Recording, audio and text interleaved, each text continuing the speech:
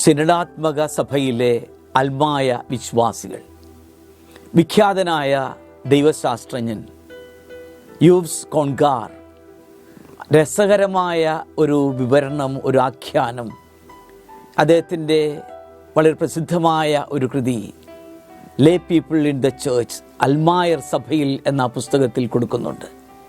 അതായത് ഒരു വൈദികനോട് ഒരാൾ ചോദിച്ചത്രേ, കത്തോലിക്ക സഭയിൽ അൽമായൻ്റെ സ്ഥാനം എവിടെയാണ്, എന്താണ് അൽമായൻ്റെ അവസ്ഥ? അദ്ദേഹം മറുപടി പറഞ്ഞത് ഇപ്രകാരമാണ്: സഭയിൽ അൽമായന് 2 സ്ഥാനങ്ങളാണുള്ളത്. ഒന്ന്, അൾത്താരയുടെ മുന്നിൽ അയാൾ മുട്ടുകുത്തുന്നു.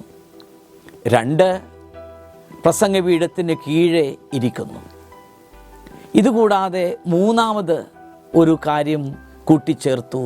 അതിപ്രകാരമാണ്: ഇടയ്ക്കിടെ പേഴ്സ് എടുത്ത് നേർച്ചപാത്രത്തിലിടാൻ അയാൾ ആ പേഴ്സ് തുറക്കുന്നു.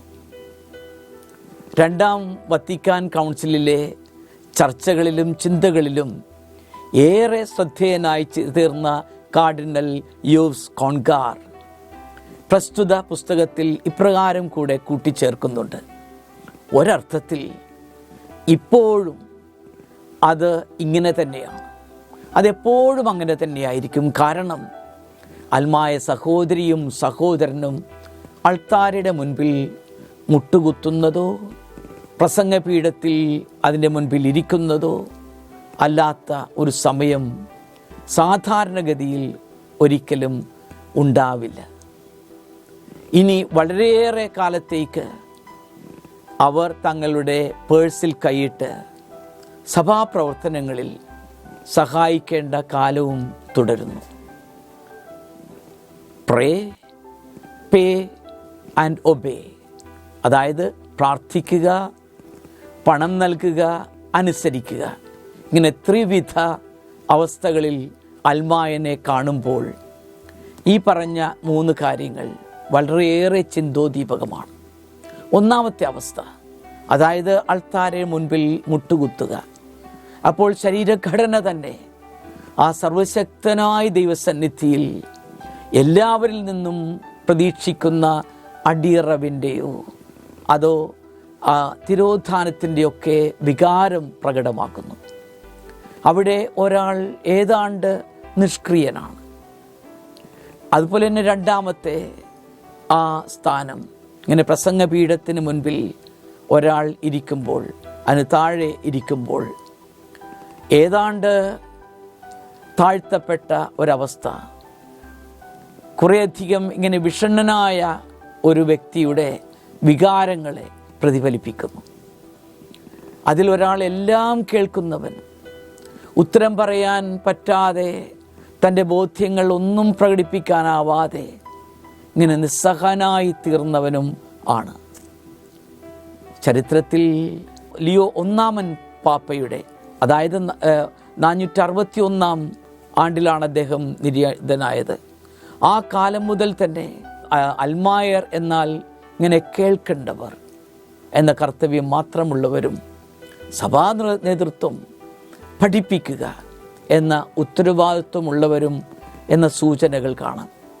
അങ്ങനെ the ecclesia discens and the ecclesia docens, അതായത് അൽമായരുടെ ഇങ്ങനെ ഈ 3 സാഹചര്യങ്ങൾ സഭയിലെ ഈ നൈയാമിക പദവിയെക്കുറിച്ച്, അതായത് കേൾക്കുന്ന സഭ, പഠിപ്പിക്കുന്ന സഭ, അങ്ങനെ ഈ ഒരു അവസ്ഥ നമ്മെ അൽമായരുടെ അവസ്ഥയെപ്പറ്റി, അവരുടെ സ്ഥാനത്തെപ്പറ്റി വളരെ ഗൗരവതരമായ ഒരു ശ്രദ്ധയിലേക്കാണ്, ഒരു ചർച്ചയിലേക്കാണ് ശ്രദ്ധ വളർത്തുന്നത്.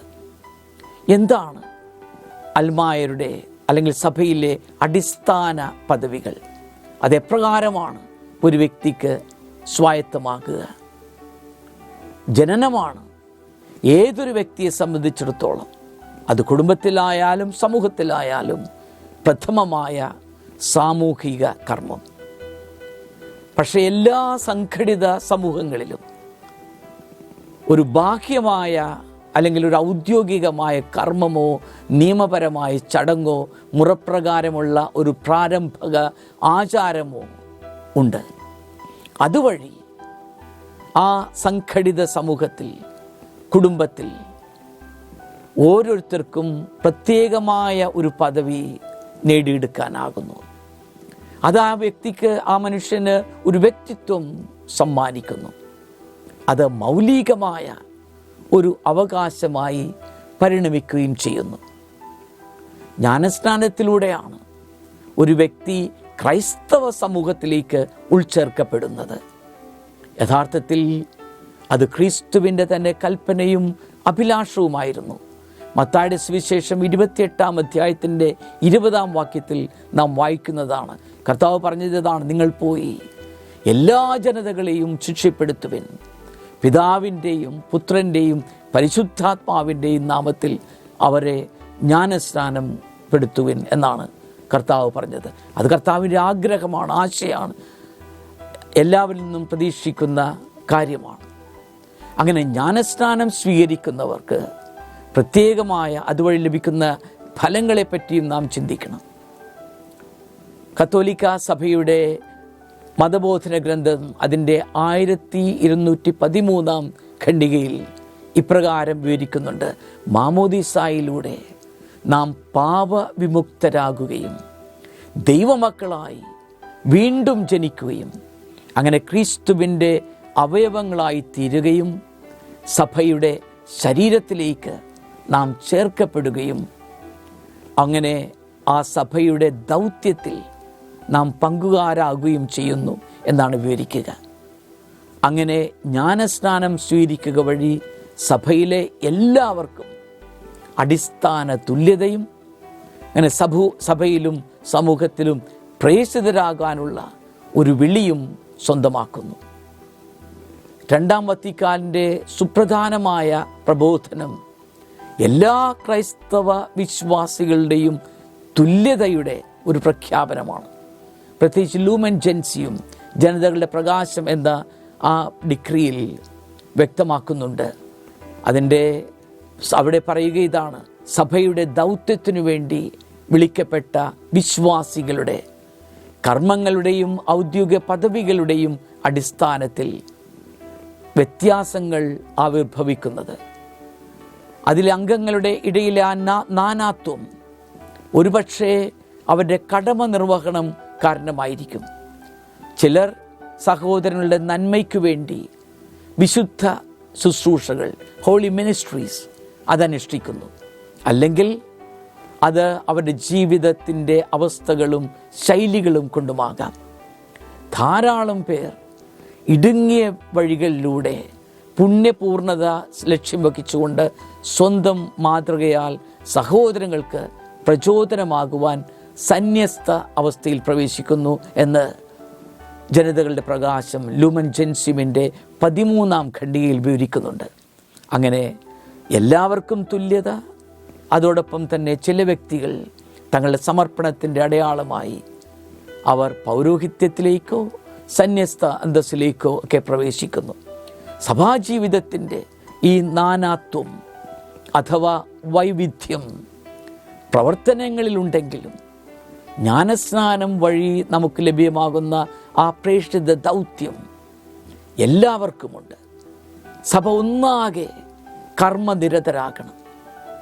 ഈ ഒരു ദർശനമാണ് അത് കൂടുതൽ പ്രാവർത്തിക പദത്തിലേക്ക് കൊണ്ടുവരാനാണ് ഫ്രാൻസിസ് പാപ്പ ഈ വത്തിക്കാൻ കൗൺസിൽ വിളിച്ചുകൂട്ടിയതിൻ്റെ 60-ാം വാർഷികത്തിൽ ഒരു സിനഡാത്മക സഭയ്ക്ക് വേണ്ടിയുള്ള ഒരു സിനഡ് വിളിച്ചുകൂട്ടിയത്. പ്രത്യേകിച്ച് അതിൻ്റെ പ്രധാനപ്പെട്ട 3 ആശയങ്ങൾ: ഒന്ന് കൂട്ടായ്മ, പിന്നെ ഒന്ന് പ്രേക്ഷിത ദൗത്യം, മൂന്നാമത്തേത് പങ്കാളിത്തം. ഈ 3 വ്യത്യസ്തമായ സുപ്രധാനമായ മേഖലകളിലൂടെ സഭയിൽ എല്ലാവരും ഒരുമിച്ച്, അതാണല്ലോ സിനഡ് എന്നുള്ള വാക്കിൻ്റെ അർത്ഥം, അങ്ങനെ ഒരുമിച്ചുള്ള ഒരു സഞ്ചാരം, ആ ലക്ഷ്യം വെച്ചുകൊണ്ടുള്ള ഒരുമിച്ചുള്ള യാത്ര ആവശ്യമാണ്. ഈ ഒരു യാഥാർത്ഥ്യം മനസ്സിലാക്കിക്കൊണ്ട് തന്നെയാണ് 2021 ആരംഭിച്ച ആ സിനഡ് 2024 ഒക്ടോബറിൽ പൂർത്തിയാക്കിക്കൊണ്ട് സെനഡാത്മക സഭയ്ക്ക് വേണ്ടി ഫ്രാൻസിസ് പാപ്പ ആഹ്വാനം ചെയ്തത് ഓരോരുത്തരും പരിശുദ്ധാത്മാവ് അവർക്ക് നൽകുന്ന ആ ദാനങ്ങളുടെ അടിസ്ഥാനത്തിൽ, ഓരോരുത്തരുടെയും സിദ്ധികളുടെ അടിസ്ഥാനത്തിൽ, സാഹചര്യം ആവശ്യപ്പെടുന്നതനുസരിച്ച് സുവിശേഷ മൂല്യങ്ങളനുസരിച്ചുള്ള ഒരു ജീവിതം നയിക്കാൻ അങ്ങനെ സഭയുടെ നിർമ്മിതിക്ക് സഹകാരികളായിരുന്നു. സിനഡിൻ്റെ സമാപനത്തിൽ പാപ്പ അംഗീകരിച്ച ആ സമാപന രേഖ അല്ലെങ്കിൽ the final document of the synod, അതിൻ്റെ 57-58 ഖണ്ഡികകളിൽ പ്രേക്ഷിത ദൗത്യത്തിനു വേണ്ടിയുള്ള ആത്മാവിൻ്റെ ദാനങ്ങളും വിളികളും ശുശ്രൂഷയും, അതായത് കാരിസംസ്, vocations and ministries four mission, അതാണ് അതിൻ്റെ തലക്കെട്ട്. 57-58 എന്ന് തുടങ്ങുന്ന ആ ഭാഗത്ത് അവിടെ പറയുന്നത് ഇതാണ്: ദാനങ്ങളിൽ വൈവിധ്യമുണ്ടെങ്കിലും ആത്മാവ് ഒന്ന് തന്നെ. പൗലോസ് അപ്പോസ്തലൻ കൊറിന്ത്യർക്ക് എഴുതിയ 1-ാം ലേഖനത്തിൻ്റെ 12-ാം അധ്യായം 4 മുതൽ 7 വരെയുള്ള വചനങ്ങൾ ഉദ്ധരിച്ചുകൊണ്ടാണ് അവിടെ ഈ ദാനങ്ങളിലെ വൈവിധ്യത്തെപ്പറ്റി വിവരിക്കുകയും ഒരേ ആത്മാവിലുള്ള ആ വിളി സ്വീകരിച്ചുകൊണ്ട് ഒന്നായി പ്രവർത്തിക്കണമെന്ന് ഓർപ്പിക്കുക. അങ്ങനെ ക്രൈസ്തവ സമുദായത്തിൽ എല്ലാ മാമോദിസ സ്വീകരിച്ചവരും തങ്ങളുടെ വിളിക്കനുസരിച്ച് പങ്കുവയ്ക്കാൻ ഈ ആത്മാവിൻ്റെ ദാനങ്ങളാൽ സമ്പന്നരായിരിക്കുന്നു എന്നാണ് സിനഡിൻ്റെ സമാപന രേഖയുടെ 57-ാം ഖണ്ഡികയിൽ വ്യക്തമാക്കുന്നത്. തുടർന്ന് ഈ സമാപന രേഖ ഫൈനൽ ഡോക്യുമെൻ്റ് വിശദീകരിക്കുന്ന ഇതാണ്: പുരുഷനായാലും സ്ത്രീ ആയാലും മാമോദിസ സ്വീകരിച്ച എല്ലാ വ്യക്തികളും തങ്ങൾ ജീവിക്കുന്നതും പ്രവർത്തിക്കുന്നതുമായ സാഹചര്യങ്ങളിൽ പ്രേക്ഷിത ആവശ്യങ്ങൾ അനുസരിച്ച് അവർ പ്രത്യുത്തരിക്കണം. സമർപ്പണത്തിൻ്റെ ആ പുതിയ വേദികളും പ്രേക്ഷിത പ്രവർത്തനങ്ങളുടെ പുത്തൻ വഴികളും ആത്മാവിൻ്റെ പ്രേരണയാൽ തങ്ങൾ ജീവിക്കുന്ന ആ സാഹചര്യങ്ങൾ ശ്രദ്ധിച്ചുകൊണ്ട് അവർ കണ്ടെത്തണം. അങ്ങനെ കുടുംബത്തിലായാലും തൊഴിൽ മേഖലയിലായാലും രാഷ്ട്രീയ സാമൂഹിക രംഗങ്ങളിലായാലും അതോടൊപ്പം തന്നെ പരിസ്ഥിതി സംരക്ഷണത്തിന് വേണ്ടിയുള്ള പ്രവർത്തനങ്ങളിലൊക്കെ ആയാലും അവർ വ്യാപരിക്കുന്നത്, അവർ സജീവമായി ഇടപെടുന്നത് ഈ ആത്മാവിൻ്റെ പ്രേരണയാൽ അവരുടെ മാമോദിസ സ്വീകരിച്ചിട്ടുള്ള ആ അവസരത്തിൽ അവർക്ക് സ്വന്തമാക്കുന്ന ഈ പ്രേക്ഷിത ദൗത്യം കൊണ്ടാണ്. അങ്ങനെ സുവിശേഷ മൂല്യങ്ങളിൽ പ്രചോദിതരായി സമൂഹത്തിൽ, സാംസ്കാരിക രംഗങ്ങളിൽ, ഡിജിറ്റൽ ലോകത്തിൻ്റെ സുവിശേഷവൽക്കരണത്തിലൊക്കെ ഉൾപ്പെട്ടുകൊണ്ട് അവർ പ്രവർത്തിക്കുന്നു. അതാണ് സിനഡ് രേഖയുടെ 58-ാം ഖണ്ഡികയിൽ വ്യക്തമാക്കുന്നത്. സിനഡിൻ്റെ സമാപന രേഖയുടെ വിവിധ ഖണ്ഡികകളിൽ ഇങ്ങനെ ജ്ഞാനസ്നാനം സ്വീകരിച്ച ഓരോരുത്തരും, പ്രത്യേകമായി സ്ത്രീകൾ, സിനഡിൻ്റെ സമാപന രേഖയുടെ 60-ാമത്തെ ഖണ്ഡികയിൽ വിവരിക്കുന്നുണ്ട്. കുട്ടികളെപ്പറ്റി 61-ാം ഖണ്ഡികയിൽ കാണാം. അതോടൊപ്പം തന്നെ യുവജനങ്ങളെപ്പറ്റി 62-ാം ഖണ്ഡികയിലുമുണ്ട്. വളരെ പ്രത്യേകമായി നാം ശ്രദ്ധിക്കേണ്ടത് ഏതെങ്കിലും വിധത്തിലുള്ള ശാരീരികമായ വൈകല്യം, അംഗവൈകല്യം, ഡിഫറൻ്റ്ലി ഏബിൾഡ് അങ്ങനെയുള്ള വ്യക്തികളും ജ്ഞാനസ്നാനം സ്വീകരിച്ചതാണെങ്കിൽ അവർക്കും സഭയിലും സമൂഹത്തിലും പ്രത്യേകമായി ദൗത്യമുണ്ടെന്ന് 63-ാം ഖണ്ഡികയിൽ വിവരിക്കുന്നു. അങ്ങനെ എല്ലാവരും ഉൾപ്പെട്ട സഭയുടെ ആ ദൗത്യം മുന്നോട്ട് കൊണ്ടുപോകുമ്പോഴാണ് യഥാർത്ഥത്തിൽ സഭയുടെ പ്രേക്ഷിത ദൗത്യം പൂർണ്ണമാകുക. ജ്ഞാനസ്നാനം സ്വീകരിച്ച ഓരോരുത്തർക്കും അങ്ങനെ കടമയുണ്ട്, ഉത്തരവാദിത്വമുണ്ട്, ഒരു ദൗത്യവും സ്വന്തമായിട്ടുണ്ട്. എത്രയോ പേരുണ്ട് നമുക്ക് ചുറ്റും നമുക്കിങ്ങനെ പ്രചോദനമായി ആ ജ്ഞാനസ്നാനത്തിൻ്റെ ആ പ്രേക്ഷിത വിളി സ്വീകരിച്ചുകൊണ്ട് സഭയിലും സമൂഹത്തിലും സജീവതയോടുകൂടെ പ്രവർത്തിച്ചവർ. അവരെന്നും നമുക്ക് മധുരിക്കുന്ന ഓർമ്മകൾക്ക് ഓറിയിട്ടാണ് ചരിത്രത്തിൽ നിന്നും കടന്നുപോയത്. അവർ ചരിത്രത്തിൽ ജീവിച്ച് ചരിത്രം സ്വന്തമാക്കിയവരാണ് പലരും. ഇന്നും പലരും ഇങ്ങനെ സമർപ്പണത്തോടുകൂടെ സജീവരായിരിക്കുന്നവർ നമുക്ക് പ്രചോദനമായിട്ടുണ്ട്. അവരിൽ പലരും സോദര ശുശ്രൂഷയിൽ അവരുടെ ജീവിതം ആ ജ്ഞാനസ്നാന വിളിയിൽ അതിൻ്റെ ഗൗരവത്തോടെടുത്ത് ജീവിതം സമ്പന്നമാക്കിയവരാണ്. നമുക്ക് അപ്രകാരമുള്ള 1-2 പേരുടെ ജീവിതമൊന്ന് നോക്കാം.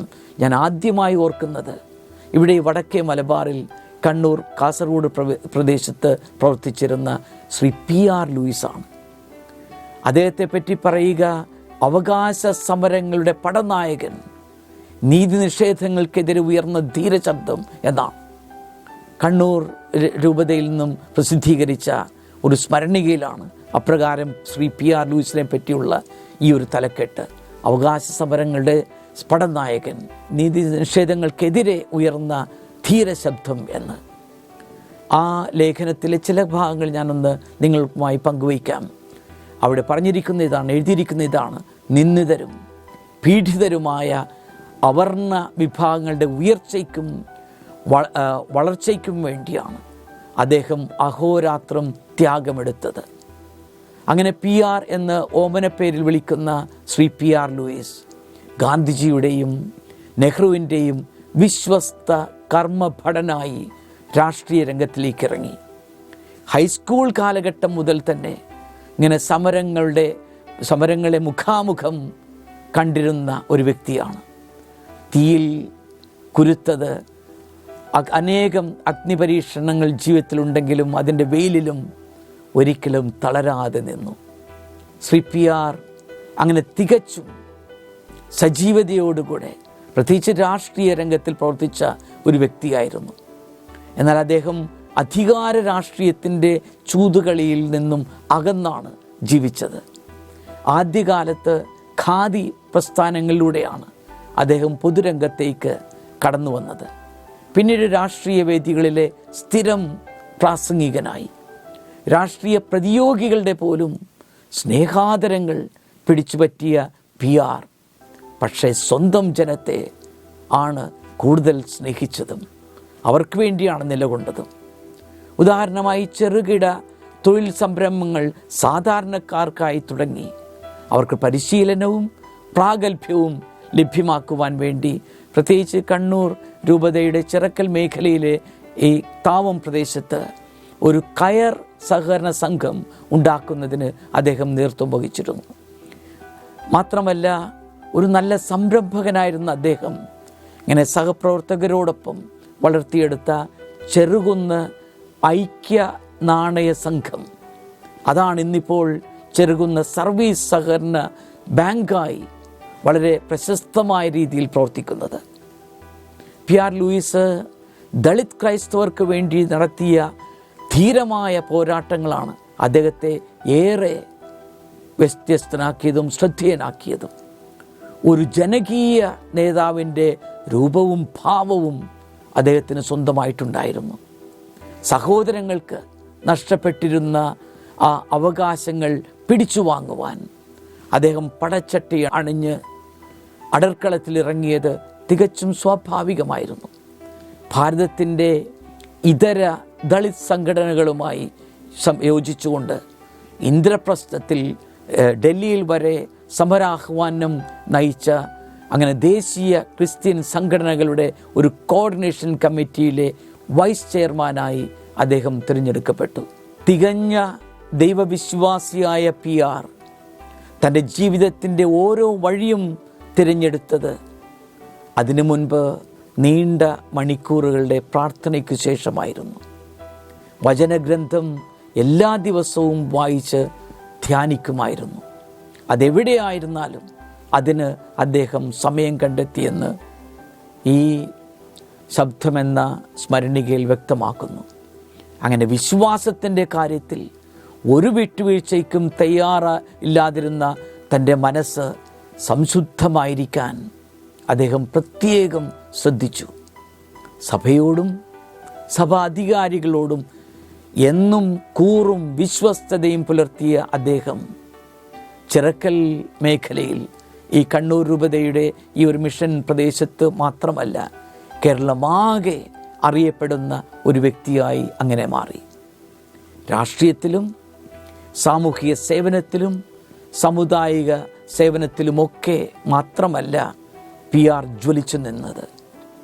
മനുഷ്യസ്നേഹിയായിരുന്ന കർമ്മധീരനായിരുന്ന മഹാമിഷണറി ഫാദർ പീറ്റർ കൈറോണിയുടെയും ഫാദർ ജോസഫ് ടഫ്രേലിൻ്റെയും വിശ്വസ്തനായ സഹപ്രവർത്തകനായിരുന്നു PR. 1952 മുതൽ 1992 വരെ അങ്ങനെ കർമ്മനിരതമായ ആ ജീവിതം 1992 ഏപ്രിൽ മാസം 15 അവസാനിച്ചു. കർമ്മയോഗിയായ ആ ജനനേതാവ് തൻ്റെ ഗുരുനാഥൻ ഫാദർ പീറ്റർ കൈറോണി എന്ന ഈശോസഭ വൈദികൻ്റെ സമാധിക്കരികെ ഇന്ന് അന്ത്യവിശ്രമം കൊള്ളുന്നു. പ്രചോദനാത്മകമല്ലേ CPRൻ്റെ ഈ ധന്യജീവിതം? മറ്റൊരാളെ നമുക്ക് ഏറെ സുപരിചിതമാണ്, ശ്രീ KB സൈമൺ. ഞാൻ ഏറെ ആദരവോടുകൂടെ ഓർക്കുന്ന ഒരു നേതാവാണ് കണ്ണൂർ രൂപതയിലെ പരിയാരം സെൻറ്റ് ഫ്രാൻസിസ് സേവ്യർ ഇടവകാംഗമായിരുന്ന ശ്രീ KB സൈമൺ. 1954 മാർച്ച് മാസം 13 അദ്ദേഹം ജനിച്ചത്. 1979 ഏപ്രിൽ മാസം 19 കണ്ണൂർ രൂപതയിലെ തന്നെ കട്ടക്കുളം സെയിൻറ്റ് ജോസഫ് ഇടവകാംഗമായിരുന്ന LCയെ അങ്ങനെ വിവാഹം കഴിച്ചു. കർമ്മലീത്ത വൈദികനായ ഫാദർ ലെനിൻ ജോസും ലീൻ എബ്രാഹവുമാണ് 2 മക്കൾ. 2024 ഒക്ടോബർ മാസം 19 സ്വർഗസമ്മാനത്തിന് വേണ്ടി സൈമൺ ചേട്ടൻ യാത്രയായി. കണ്ണും കണ്ണാടിയും കണ്ണൂർ രൂപതയുടെ മുഖപത്രം അതിൻ്റെ 2024 ഡിസംബർ ലക്കത്തിൽ ശ്രീ സണ്ണി പൗലോസ് എഴുതിയ ഒരു ഓർമ്മക്കുറിപ്പാണ് ആ മാതൃക ജീവിതത്തെ പറ്റിയുള്ള സവിശേഷതകൾ എടുത്തു കാണിക്കുന്ന ലേഖനങ്ങളിലൊന്ന്. സൗമ്യത മുഖമുദ്രയാക്കിയ സവിശേഷമായ വ്യക്തിത്വത്തിൻ്റെ ഉടമയായിരുന്നു ശ്രീ KB സൈമൺ എന്നാണ് അതിലെഴുതിയിട്ടുള്ളത്. പറയാനുള്ള കാര്യങ്ങൾ ആരെയും വിഷമിപ്പിക്കാതെ അപ്രകാരം ആ മനുഷ്യൻ അവതരിപ്പിക്കാനുള്ളൊരു കഴിവ് ഉണ്ടായിരുന്നു. അഭിപ്രായ വ്യത്യാസങ്ങൾ തുറന്നു പറയുന്നതോടൊപ്പം സ്നേഹത്തോടെ ഇടപെടാനുള്ള അദ്ദേഹത്തിന് സാധിച്ചിരുന്നു. സഭയുടെ കാഴ്ചപ്പാടുകളോട് ചേർന്ന് നിൽക്കുന്ന ഒരു വ്യക്തിത്വമായിരുന്നു ശ്രീ KB സൈമൻ്റേത്. തുടർച്ചയായി 10 വർഷം NKDSCF north Kerala Dalit Christian ഫെഡറേഷൻ്റെ രൂപതാ പ്രസിഡൻ്റായിരുന്നു അദ്ദേഹം. അതിനുമുമ്പ് ട്രഷറായും പ്രവർത്തിച്ചു. മാത്രമല്ല CDC അതിൻ്റെ കൺവീനർ, അതേപോലെ തന്നെ കണ്ണൂർ രൂപതയിലെ എംപ്ലോയീസ് ആൻഡ് പെൻഷനേഴ്സ് അസോസിയേഷൻ്റെ secretary, saint Vincent de Paul സൊസൈറ്റിയുടെ യൂണിറ്റ് പ്രസിഡൻറ്റ്, അതിൻ്റെ DC അംഗം ഒക്കെയായി പ്രവർത്തിച്ചിരുന്നു.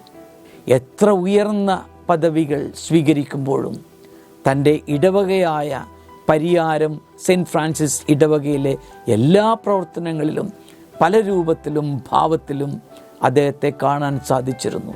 പ്രത്യേകിച്ച് ഇടവകയിൽ അവതരിപ്പിച്ചിരുന്ന നാടകങ്ങളിൽ പ്രേക്ഷകരെ പൊട്ടിച്ചിരിപ്പിച്ചുകൊണ്ട് ഹാസ്യ കഥാപാത്രങ്ങളെ അവതരിപ്പിക്കുന്നത് ഏറെ തന്മയത്തോടുകൂടിയായിരുന്നു ശ്രീ സൈമൺ.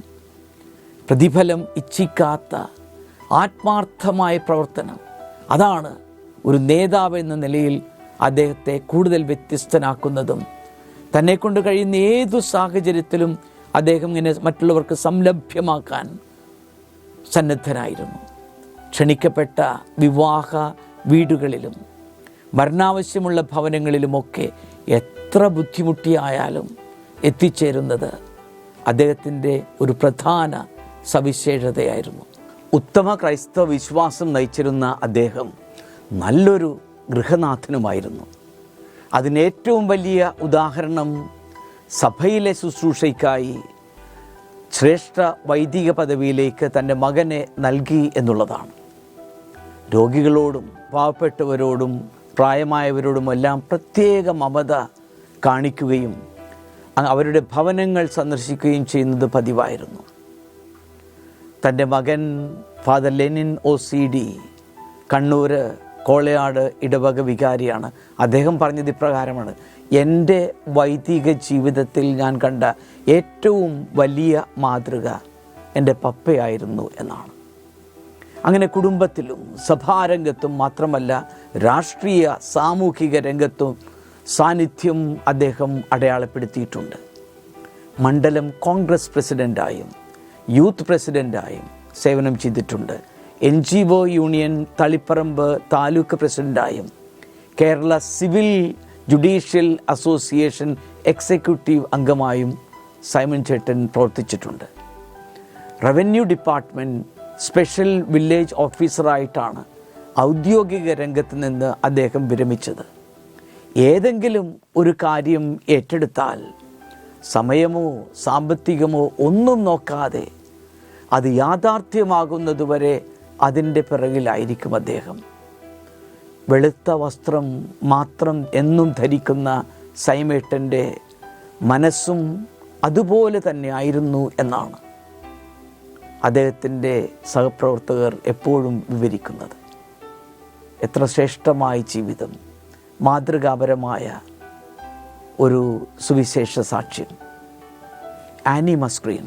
നാം ഈ വടക്ക് കണ്ണൂരിൽ നിന്ന് സഞ്ചരിച്ച് തലസ്ഥാന നഗരിയിലെ വഴുതക്കാട് വിമൻസ് കോളേജിൻ്റെ ആ ജംഗ്ഷനിലെത്തുമ്പോൾ തിരുവിതാംകൂറിൻ്റെ ഝാൻസി റാണി എന്നറിയപ്പെടുന്ന ആനി മസ്ക്രീൻ്റെ ഒരു പൂർണ്ണകായ പ്രതിമ ആ കവലയിൽ കാണാനാകും.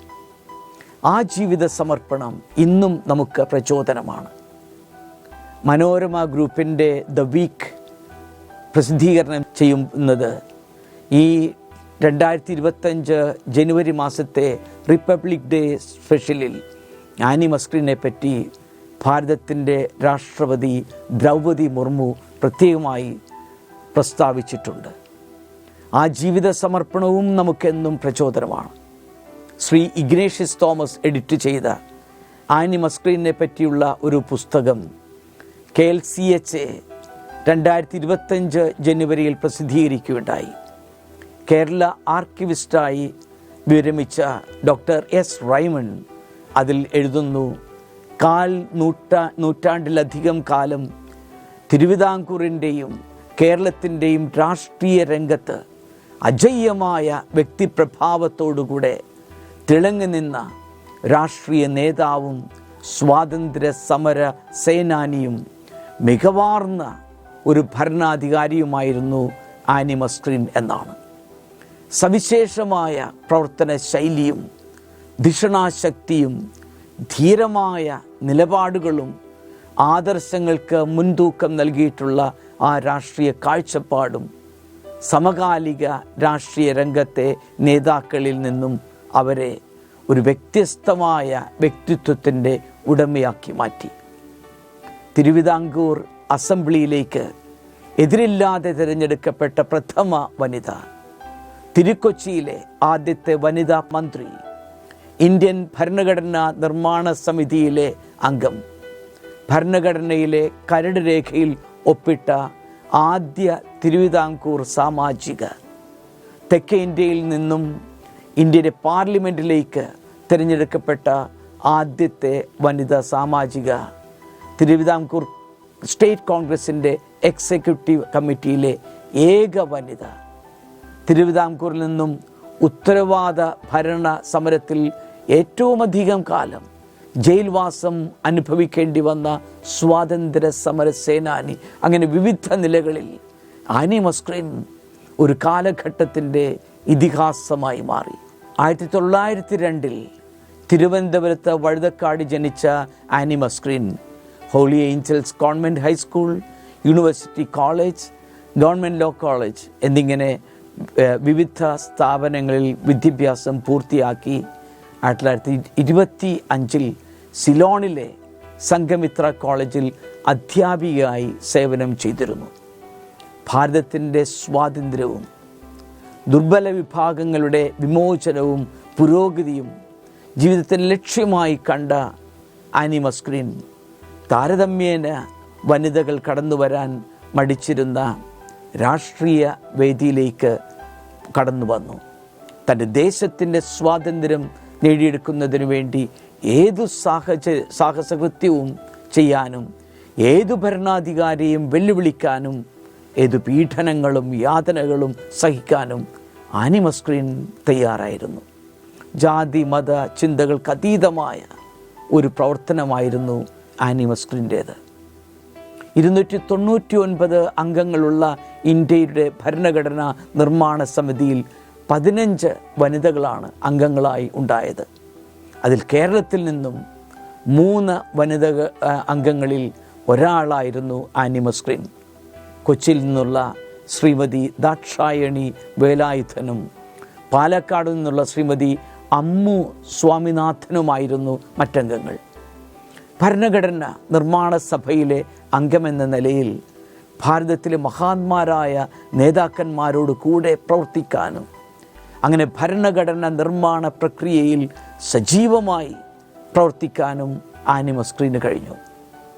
മൂല്യാധിഷ്ഠിത രാഷ്ട്രീയ ശൈലിയിൽ വിശ്വസിച്ചിരുന്ന ആനി മസ്ക്രീൻ അഴിമതിക്കെതിരെ പാർലമെൻറ്റിലും സർക്കാരിലും എക്കാലവും പോരാടിയ ഒരു നേതാവായിരുന്നു.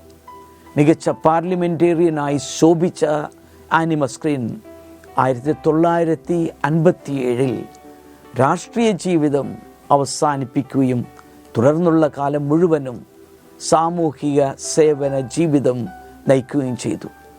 ഇതുപോലെ എത്രയോ ധീരജന്മങ്ങൾ ക്രിസ്തുവിൻ്റെ ചൈതന്യവും സുവിശേഷ മൂല്യവും ഹൃദയത്തിൽ സൂക്ഷിച്ച് ലോകമെമ്പാടും മാതൃകയും പ്രചോദനവുമായി ജീവിച്ച് ചരിത്രം തീർത്തിരിക്കുന്നു. ശ്രദ്ധേയനായ എഴുത്തുകാരൻ ഫാദർ ജോ മന്നത്ത് SDBയുടെ ഏറ്റവും പുതിയ പുസ്തകമാണ് ഇറ്റ്സ് ഹിം എന്നുള്ള പുസ്തകം. അതിൻ്റെ അവസാന അധ്യായങ്ങളിലൊന്ന് he lives on through the people he transforms എന്നാണ്.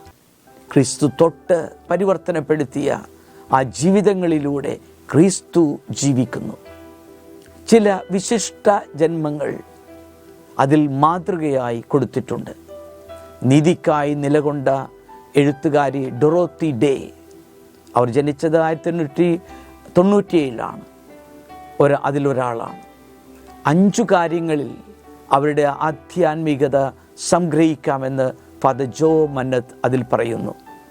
പാവങ്ങളോടുള്ള അടുപ്പം, വചനത്തോടുള്ള ആഭിമുഖ്യം, പ്രവാചക സാക്ഷ്യം, സമാധാനത്തിനായുള്ള സമർപ്പണം, പ്രാർത്ഥന. അതേ പുസ്തകത്തിൽ തന്നെ കൊടുത്തിരിക്കുന്ന മറ്റൊരു വ്യക്തി ഡാഗ് ഹമ്മർസ്ജോൾഡാണ്. 1905 അദ്ദേഹം ജനിച്ചത്. യുണൈറ്റഡ് നേഷൻസ് ഓർഗനൈസേഷൻ്റെ സെക്രട്ടറി ജനറലായി സേവനം ചെയ്യുമ്പോൾ 56 വയസ്സിൽ 1961 ഒരു വിമാനാപകടത്തിലാണ് അദ്ദേഹം മരണപ്പെട്ടത്. അപ്പോൾ ലോകം തിരിച്ചറിഞ്ഞത് ഇത്രയും വലിയ ഉത്തരവാദിത്വം ഏറ്റെടുത്ത് നടത്തുമ്പോഴും തൻ്റെ അടിയുറച്ച ആധ്യാത്മികത, ഉത്തമനായ ഒരു ക്രിസ്തു ശിഷ്യനായി ജീവിച്ച ഒരു വ്യക്തിയാണ് ലോകം തിരിച്ചറിഞ്ഞത്. അദ്ദേഹത്തിൻ്റെ ഡയറി കുറിപ്പുകളിൽ വളരെ ലളിതമായ ഒരു പ്രാർത്ഥന ഇപ്രകാരമായിരുന്നു: ദൈവമേ, അങ്ങയെ കാണാൻ നിർമ്മല ഹൃദയം എനിക്ക് തരയണമേ. അങ്ങയെ കേൾക്കാൻ എളിമയുള്ള ഒരു ഹൃദയം എനിക്ക് തരയണമേ. അങ്ങയെ ശുശ്രൂഷിക്കാൻ സ്നേഹമുള്ള ഒരു ഹൃദയം എനിക്ക് തരയണമേ. അങ്ങയിൽ വസിക്കുവാൻ വിശ്വസിക്കുന്ന ഒരു ഹൃദയം തരയണമേ. ഡയറിയിൽ തന്നെയുള്ള മറ്റൊരു കുറിപ്പ് ഇതാണ്: For all that has been, thanks. And for all that will be, yes. അതായത് ദൈവമേ, സംഭവിച്ചതിനെല്ലാം നന്ദി, ഇനി വരുന്നതിനെല്ലാം സ്വാഗതം. എനിക്കെന്നും പ്രചോദനമായ 3 അൽമായ സഹോദരങ്ങളെ ഓർത്ത് ഈ ഒരു ചെറിയ പ്രഭാഷണം അവരെ ഓർത്ത് നന്ദി പറഞ്ഞുകൊണ്ട്, ദൈവത്തിന് നന്ദി പറഞ്ഞുകൊണ്ട് ഉപസംഹരിക്കുകയാണ്. ഒന്ന്, ഡൽഹിയിൽ പാർലമെൻറ്റിൽ ഉദ്യോഗസ്ഥനായി വിരമിച്ച ഷെവലിയർ സിറിൽ ജോൺ.